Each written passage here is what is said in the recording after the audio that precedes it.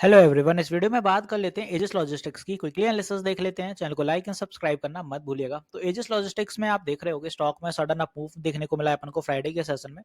वजह थी स्टॉक के नतीजे रहे हैं, इसीलिए ये सडन अप मूव था। अब यहाँ पे एक नजर पहले नतीजों पर डालते हैं, फिर कुछ फॉर्मेशन बताऊंगा कि आने वाले दिनों में क्या मूव रहेंगे। यहाँ पे आप देखें तो सेल्स में अपन को थोड़ी गिरावट देखने को मिली इस बारी। 1837 सीआर की सेल रही है। लास्ट टाइम यही सेल अपनी 2154 सीआर की थी। एक्सपेंसेस आप देखें तो इस बार वो भी कम रहा है, क्योंकि सेल्स कम थी तो obviously expenses as it is चलते हैं। तो 1530 सीआर के एक्सपेंसेस थे, लास्ट टाइम अपने 1952 सीआर थे। ऑपरेटिंग प्रॉफिट आप देखें तो 307 सीआर रहा, ये बढ़ गया। लास्ट टाइम ये 203 सीआर था, तो ऑलमोस्ट 100 पॉइंट से ये ज़्यादा देखने को मिला है। इसके बाद आप देखें तो अदर इनकम की बात आती है, तो यहाँ पे 63 सीआर रही है, लास्ट टाइम 64। तो यहाँ पे कोई ऐसा खास डिफरेंस नहीं है। इंटरेस्ट 29 सीआर रहा है, लास्ट टाइम 25 सीआर था। डेप्रिशिएशन आप देखें तो इस बार 33 सीआर रहा है, और लास्ट टाइम ये 29 सीआर था। उसके बाद प्रॉफिट फॉर टैक्स पे आप नजर डालें तो यहाँ पे 307 सीआर रहा है, लास्ट टाइम ये 212 सीआर था। और नेट प्रॉफिट निकल के आता है 237 सीआर, लास्ट टाइम 159 सीआर। यहाँ पे टैक्सेशन भी देखें तो इस बार थोड़ा कम है, 23%। लास्ट ईयर ये 25% था।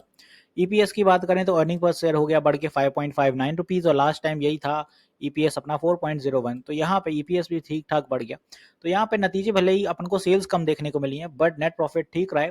इसीलिए आप देखें तो एजिस लॉजिस्टिक्स में अपन को सडन अप मूव देखने को मिला है। अब यहाँ पे प्रॉफिट बुकिंग भी होती हुई नजर आई अपन को कुछ इस लेवल पे। साइकोलॉजिकल लेवल आता है 750 का, इसीलिए यहाँ पे अपन को प्रॉफिट बुकिंग भी हुई और 710 पे क्लोज हो गया। अपना जो नेक्स्ट सेशन रहेगा मार्केट में, उसमें पहला टारगेट यही रहेगा 750 का, क्योंकि आपने देखें तो ये लास्ट सेशन का टारगेट हाई टारगेट था, इसीलिए नेक्स्ट सेशन का ये टारगेट रहने वाला है। और यहाँ पे इसके बाद अगर स्टॉक सही चलता है तो फिर आने वाले कुछ दिनों में अपन को टारगेट दिखेगा 775 का, अनदर साइकोलॉजिकल लेवल। और ऐसे ही ऐसे करके स्टॉक अपन को जल्दी ही दिखाएगा यहाँ कहीं पे 800 का एक लेवल। तो ये कुछ स्टॉक ऐसे चलने वाला है। अब यहाँ पे एक फॉर्मेशन समझे पहले, जस्ट लॉजिस्टिक्स में क्या रहता है। यहाँ से आप देखें तो साइडवेज की फॉर्मेशन आई, फिर यहाँ पे स्टॉक ने सपोर्ट लिया ट्रेंड लाइन पे और बाउंस बैक कर गया। ठीक है, ऊपर की दिशा ली, यहाँ पे फिर रेजिस्टेंस फेस करी तो नीचे आया, यहाँ कहीं तक साइडवेज होके और फिर तेजी दिखा रहा है। तो मान लीजिए यहाँ कहीं तक जाता है अपना, और यहाँ से अगर फिर धीरे धीरे नहीं निकलता है तो नीचे आएगा स्टॉक। और यहाँ कहीं पे अगर स्टॉक फिर से नीचे आता है 750 पे एक सपोर्ट बना के फिर से बाउंस बैक करेगा तो 900 के आंकड़े दिखाएगा।